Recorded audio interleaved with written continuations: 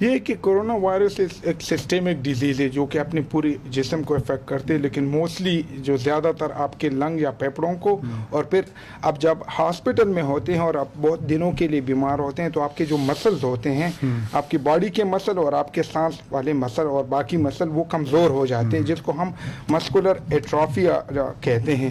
تو اس کے لیے یہ ہوتا ہے کہ اگر آپ کو سانس کی تکلیف ہو تو آپ کو پلمونری ریہیب ہمیں کہتے ہیں وہ کرنی چاہیے۔ اگر آپ اسموکر ہے تو آپ اسموکنگ چھوڑ دیں، یہ بڑی۔ اگر آپ اوور ویٹ ہے تو ویٹ لوز کر دیں۔ آپ اپنے نیوٹریشن میں وائٹامن سی، وائٹامن ڈی اور کیلشیم یہ اور زنک سپلیمنٹ یہ شروع کر دیں۔ اور باقی اگر آپ کی پوری جسم کی مسل ایٹروفی ہوئے تو اس کے ایکسرسائزز ہوتے ہیں اپنے، جو کہ وہاں پہ ریہیب میں کرتے ہیں، تو اس سے امپرومنٹ ہو جاتی ہیں۔ ایکسرسائزز کیا ہیں مثلا جس طرح اب اگر آپ کے یہ کہ فزیکل ایکسرسائز ہو تو فزیکل تھراپسٹ آپ کو بتا سکتا ہے، لیکن میں آپ کو یہ کہہ سکتا ہوں کہ اگر آپ کے لنگ کمزور ہو گئے ہوں تو ہم ایک مشین ہوتے ہے جس کو انسینٹیو اسپائرومیٹری کہتے ہیں، وہ آپ لے کے جس طرح غبارہ ہوتا ہے نا، وہ سانس وہ اس کی وجہ سے آپ کے لنگوں کو کافی وہ ہوا بھی مل جاتی ہے اور ایکسرسائز بھی ہو جاتی ہے۔ لیکن یہ کہ وہاں پہ امریکہ میں تو ہمارے پاس خاص وہ انسٹیٹیوشن ہوتے ہیں، میرے خیال میں پاکستان میں ایسے نہیں ہے۔ نہیں، ابھی یہاں بھی ہیں بہت، لیکن اتنی زیادہ تعداد میں نہیں ہے کہ جو لوگ آپ کو تھراپی تجویز کریں گے، لیکن اس طرح کے ایسے ایکسپرٹ ہیں۔ اچھا یہ بتائیے گا اس سے پہلے کہ ہم بریک کی طرف جائیں، جو آپ نے کی ہے کہ پوسٹ جو آپ جب ٹھیک ہو جاتے ہیں تو اس کے بعد جو مریض ہیں ان کو جو ادویات استعمال کرتے ہیں مختلف، کرونا کے حوالے سے لوگوں نے استعمال کی، کسی نے پیناڈول استعمال کی، کسی نے کچھ استعمال کیا، کیا وہ کنٹینیو کرنی چاہیے یا نہیں کرنی چاہیے؟ نہیں، کوئی دوائی نہیں۔ اگر آپ تو پیناڈول اس لیے لیتے ہیں کہ آپ کو بخار ہو یا آپ کو درد ہو۔ اگر آپ کو بخار نہ ہو، درد نہ ہو تو آپ کو کوئی دوائی نہیں چاہیے۔ کوئی ایسی دوائی نہیں ہے صرف vitamin C, calcium, vitamin D اور زنک کے علاوہ کہ آپ کو کنٹینیو رکھنی چاہیے۔ یہ ایک جو وائٹامن ہے یہ آپ کو امیون سسٹم کو مضبوط بناتا ہے، لیکن باقی دوائیاں آپ کو نہیں لینی چاہیے اگر آپ کو ضرورت نہ ہو۔ یہاں پر ہم نے ایک بریک لینی ہے۔ بڑی مفید باتیں کی ہیں ڈاکٹر نظام صاحب نے کہ کس طرح سے آپ نے پوسٹ ریہیبلیشن کرنی ہے، کس طرح کے جو ہے وہ فنومنا ہے، اور جو کرونا کی جو لہر ہے اس کا بیسک ریزنز کیا ہیں۔ بیسک ریزن جو ہے وہ سامنے یہی آئی ہیں کہ ہجوم جو ہیں وہ جیسے ان میں اضافہ ہوتا ہے، اس کی مرض کی شدت میں بھی اضافہ ہو جاتا ہے، اور جیسے جیسے ہم احتیاطی تدابیر اختیار کرتے ہیں اتنا زیادہ ہم اپنے آپ کو سیف رکھ سکتے ہیں۔ بریک لیتے ہیں، بریک کے بعد اپنے مہمان سے اس سے جڑے ہوئے دیگر ایشوز پر بات چیت کریں گے۔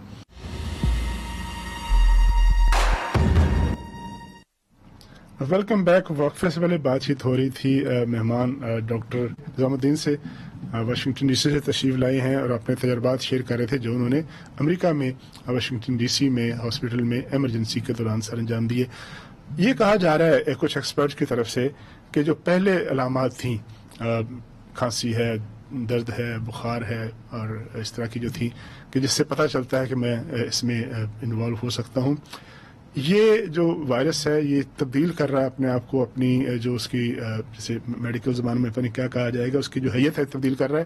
اب بہت سے لوگ ایسے ہیں جن میں یہ سمٹم بھی نہیں آتی لیکن پتہ چلتا ہے جب ٹیسٹ کراتے ہیں کہ اس میں وہ پازیٹیو ہوتے ہیں۔ تو اس کی ریزن کیا ہے؟ یہ شروع سے بھی ہمیں پتا تھا کہ یہ بہت ڈفرینٹ شیپ میں اور علامات اس کے ہوتے ہیں، بلکہ آج کل تو ہم یہ کہتے ہیں اگر کوئی بندہ مطلب تھوڑی سی بھی بیماری ہو، باڈی ایکس ہو، فیور ہو، ہم تو وہاں پہ ٹیسٹ کرتے ہیں، کیونکہ اس وائرس نے ہمیں بہت دھوکہ دیا۔ یہ اس طرح بھی پریزنٹ کر سکتا ہے کہ آپ کو لگ رہا ہے کہ آپ کا پیٹ خراب ہو اور آپ ٹیسٹ کر لے پازیٹیو۔ ہمیں ایسے کیس بھی دیکھے ہیں کہ جن کو بخار بھی نہیں ہے اور صرف باڈی ایکس اور ہیڈ ایک کے ساتھ آئے ہیں اور ان کو پازیٹیو ہو گیا ہے۔ وائرس نے کوئی اس میں چینجز نہیں آئی ہے، لیکن یہ علامات ابھی ہمیں پتہ چل رہا ہے کہ یہ بہت مختلف علامات کے ساتھ پریزنٹ کرتا ہے۔ ابھی جب سردیاں آ رہی ہیں تو یہاں پہ مختلف قسم کے اور وائرسز ہے، امریکہ میں انفلوئنزا بھی ہے، تو ہمارے لیے مشکل یہ ہے کہ اب ہم کس طرح پہچانے۔ تو ہم یہی ریکمینڈ کرتے، بلکہ ہم کرتے بھی ہوئے، کسی بندے کو اگر بخار ہو یا سانس کی بیماری ہو تو ہر ایک کو ٹیسٹ کرنا چاہیے، کیونکہ کوئی ڈاکٹر نہیں بتا سکتا کہ یہ کورونا ہے کہ نہیں۔ صحیح۔ یہ بتائیے گا کہ جب یہ وبا آئی تھی آج سے 10 ماہ پہلے یا تقریباً 1 سال پہلے، اب اس کی شدت میں اضافہ نہیں ہوا تھا، اس کے بعد ایک کانسپریسی تھیوری آئی۔ وہ تھیوری یہ تھی کہ یہ مین میڈ ہے، یہ کوئی سازش تھی کسی ایک ملک نے دوسرے ملک کے خلاف کی۔ ایک طبی ماہر کے طور پر آپ سمجھتے ہیں کس طرح ممکن ہے کہ اس میں اس کو پھیلایا گیا ہو جان بوجھ کے، اس کے پیچھے کچھ الٹیریئر موٹیوز ہوں؟ اصل میں وائرس تو ہے، ایک کرونا وائرس ہے، ایک وبا ہے. کرونا وائرس ہمارے ساتھ پہلے بھی تھی، یہ جو ہم بار بار یہ سردیوں میں زکام ہوتے ہیں، اس میں بھی تقریباً بہت سے قسمیں کرونا وائرس کی ہیں. اب اور یہ بھی ہے کہ یہ بیماری موجود ہے اور ان سے اموات ہوئی ہیں. اب یہ کہ کس نے پھیلایا اور یا ڈاکٹر ہوا ہے یا فاؤچی کا نہیں. ذکر کر رہے تھے آپ، تو امریکہ میں ہی بڑے بڑے ڈاکٹروں نے کہا کہ فلاں نے بنایا اور فلاں نے پھیلایا اور پھر فلاں لیبارٹری سے نکلا، اور پھر یہ کہ اس کا مقصد یہ تھا کہ وہ ویکسین بنائیں گے اور بیچیں گے. یہ چیزیں آپ نے پڑھی ہوں گی، سنی ہوں گی. یہ تو ایک ایکسپرٹ کے طور پر آپ آئی ڈونٹ تھنک سو. اگر آپ مجھے as a personally as a physician وہاں پہ کام کرتے ہوئے وہاں پہ، آئی ڈونٹ تھنک سو. ہمیں بلیو نہیں کرنی چاہیے اس کنسپیریسی تھیوری پہ. اور I think it's a disease, یہ ابھی پہلے بھی ہوا تھا وبا، اور اب بھی یہ بھی ہے، اور اگلے سالوں کے لیے مطلب ان دا فیوچر یہ دوبارہ آئے گی. اچھا یہ بتائیے گا کہ کچھ ایسے کیس ہم نے مشاہدہ کیا پاکستان میں، جیسے آپ اپنی زبان میں ری انفیکشن کہتے ہیں، کہ ایک بندے کو کرونا ہوا، وہ ٹھیک ہو گیا، کچھ عرصے بعد وہ دوبارہ چند کیسز آئے، زیادہ نہیں آئے. اس کی کیا وجہ ہے؟ اور جو ری انفیکشن والا مریض ہے اس کے ساتھ جو ہے ڈاکٹرز کس طرح سے ٹریٹ کرتے ہیں؟ کیسز آئے ہیں لیکن بہت کم ہیں، اور موسٹلی جو ری انفیکٹ ہوتے ہیں ان کو ڈیزیز بہت کم سیویئر ہوتی ہے، یا تو ایسمپٹومیٹک ہوتی ہے یا بالکل تھوڑی سمپٹمز ہوتے ہیں سیویئر، کیونکہ اس میں پہلے سے امیون سسٹم اس کا اینٹی باڈی بنا چکا ہوتا ہے. لیکن ان وہ اتنے کم ہے کہ آپ اس سے لیس دین 1%. تو ایسے یہ کہ بیماریوں بندوں میں میرے خیال میں وہ جو ان کی اینٹی باڈیز ہے یا مقدار میں کمی ہے یا ان کی کوالٹی کم ہے. تو پاسبل تو ہے لیکن بہت کم ہے، اور ان کے سمپٹم بھی بہت سیویئر نہیں ہوتے اتنے. ایک ماہر کے طور پر آپ سے میں پوچھوں گا کہ دنیا میں دعویٰ یہ تھا ترقی یافتہ ملکوں کا، امریکہ کا، یورپ کا، کہ ہمارا جو ہیلتھ کیئر سسٹم ہے وہ ہم اس کو ایسی پیک پہ لے گئے ہیں کہ اب انسانوں کو ہم نے بچا لیا ہے. یہ جو آئی ہے پیراڈیمک، اس سے تو لگا کہ پھر ہیلتھ کیئر سسٹم جو ہے تباہ ہو گیا، برباد ہو گیا. وہ ان کا کوئی بیس ہی نہیں تھا، وہ کہیں بھی نہیں تھے، ہسپتال بند کرنے پڑے. تو یہ اس سے آپ کرتے ہیں ایگری کہ یہ ہیلتھ کیئر سسٹم کی ناکامی ہے، اس کا آنا اور اس کے بعد اس پر قابو پانے کی کیپیسٹی نہ ہونا؟ بہت سی چیزیں ہیں. یہ کوشچن میں پاکستان میں اکثر لوگ مجھ سے پوچھتے ہیں کہ پاکستان تو مطلب یہاں پہ کچھ نہیں ہوا، اور امریکہ میں آپ لوگ اتنے کہہ رہے تھے. لیکن یہ میں لوگوں کو ہمیشہ یہی بتاتا ہوں کہ امریکہ میں ایک اوور ایج جو ہے لائک 90-100 ایئر اولڈ ہم نے وہاں مردوں کو زندہ رکھا ہوا ہے نرسنگ ہوم میں. امریکہ یہاں پہ پاکستان میں 60-70 سال کے بعد تو موسٹلی دے ڈائی، اور امریکہ میں ہمارے پاس ہوتے ہیں 90-100 ایئر اولڈ کے پیشنٹ ہوتے ہیں. ان کو کھیبج بھی ہوتی ہے، بائی پاس بھی ہوتی ہے، ڈائبٹیز بھی ہوتے ہیں، ان کو ہائپر ٹینشن بھی ہوتی ہے. تو وہ بندوں کو جب کورونا ہو گیا، کورونا تو ایک بہانہ تھا، اصل میں وہ پہلے سے اتنی زیادہ بیمار تھے کہ ایک تو یہ ریزن تھی. دوسرا یہ کہ امریکہ میں اوبیسٹی بہت زیادہ ہے، پاکستان میں اتنی نہیں ہے، جو کہ ہائی رسک پہ. پھر تیسرا یہ کہ شروع میں ہم سے یہ غلطی ہو گئی کہ ہم نے ماسک وغیرہ آئسولیشن وہ اس کی وجہ سے. تیسرا پاکستان میں جو ہے ینگ پاپولیشن بہت زیادہ ہے، اور وہی ینگ جو 40 سے کم ہے اس کو سمپٹومیٹک بہت کم ڈیزیز ہوتی ہے، اور ان کو سیویئر بھی نہیں ہوتی. میرے خیال میں ایک اور ریزن یہ بھی ہے کہ پاکستان کے یہاں لوگ جو ہیں یہاں ایکسپوز ہو گئے ہیں مختلف قسم کے وائرسز کو، جن میں کورونا. تو شاید وہ کہتے ہیں کہ مشکلیں اتنی پڑی مجھ پر کہ آسان ہو گئی. یہی ہے کہ بہت سے وائرسز کو یہاں پہ بندے ایکسپوز ہو گئے، تو وہ اینٹی باڈی شاید کورونا کو ہمارے یہاں ایک اور بڑا جنرل فینومینا ہے کہ ہم سمجھتے ہیں یہ اس کے بعد آیا، اور کئی لوگ اس سے ایگری کرتے ہیں کہ نہیں، کہ ہمارا امیون سسٹم جو ہے وہ گوروں سے زیادہ بہتر ہے. اس کی کیا وجہ؟ نہیں، امیون سسٹم اوور آل نہیں، immune system to the particular viruses. کہ آپ لوگ بہت قسم کے وائرسز کو اوور آل تو امیون سسٹم ہمارا اتنا اچھا نہیں ہے، لیکن کیونکہ ہماری صحت اتنی اچھی نہیں ہے، لیکن آپ اتنے ایکسپوز ہوتے ہیں وائرسز کو خاص کر سردیوں میں، اور اتنی بار ہمیں زکام نزلہ ہو جاتا ہے. تو یہ کورونا بھی ایک قسم کی وائرس ہے، تو شاید یہی وجہ ہو. لیکن ہم صرف یہ ایویڈنس بیس نہیں ہے، ہم صرف یہ اپنی طرف سے کہہ رہے ہیں کہ شاید یہ وجہ ہو. یعنی اس کا کوئی سائنٹیفک ایویڈنس ہمارے پاس نہیں ہے، کوئی لاجک ہمارے پاس نہیں ہے، صرف ایک دعویٰ ہے، ایک کلیم ہے. لیکن صرف ایک چیز ہے کہ یہاں ینگ پاپولیشن ہے، یہ امپورٹنٹ، یہ سب سے ٹاپ لسٹ پہ ہے. اس وجہ سے ہم اس کا مطلب یہ ہے کہ جو ینگ لوگ ہیں وہ کم متاثر ہو سکتے ہیں یا ہوں گے، جو زیادہ عمر کے لوگ ہیں ان کو زیادہ ہٹ کرے گا. یہ وہی ہے نا، 60 ایئر جو اور اوپر ہیں وہ ہائی رسک ہے, اس سے نیچے وہ جو ہے وہ لو رسک ہے.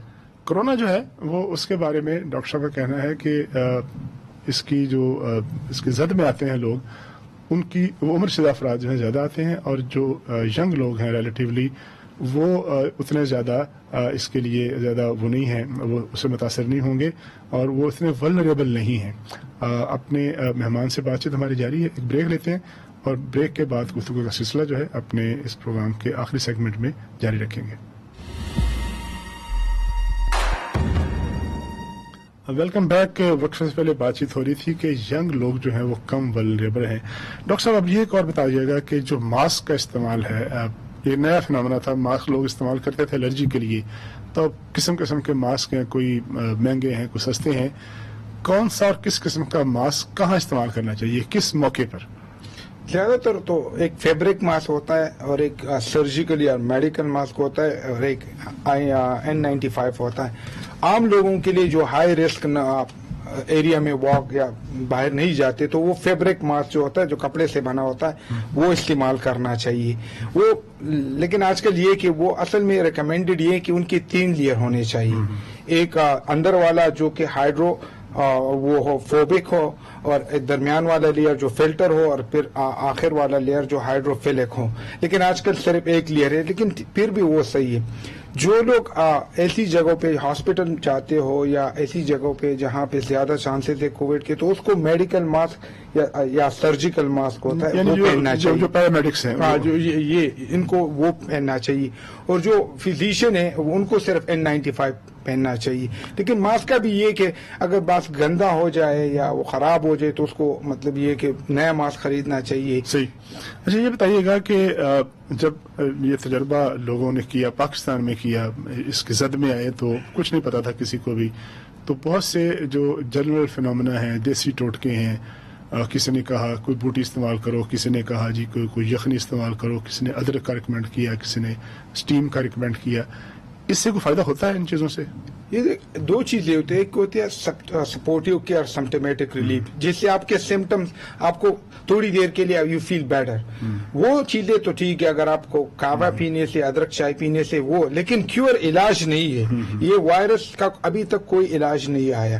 تو یہ سارے ٹوٹکے, یہ ساری باتیں غلط ہے. لیکن اگر آپ کو کچھ چیز اچھی لگے تو آپ ضروری استعمال کریں. تو لیکن اس طرح کی سارے ٹوٹکے یہ غلط ہے. یہ ابھی تک میڈیکل ایون میڈیسن بھی ایسی کوئی نہیں آئی جو کہ اس کا کمپلیٹ علاج ہے. جب تک علاج نہیں ہو جاتا اس پہ بحث تو جاری رہے گی کہ کیسے ممکن ہے. لیکن ظاہر لوگ ٹھیک ہو رہے ہیں, ہزاروں کی تعداد میں لاکھوں لوگ ٹھیک بھی ہوئے ہیں.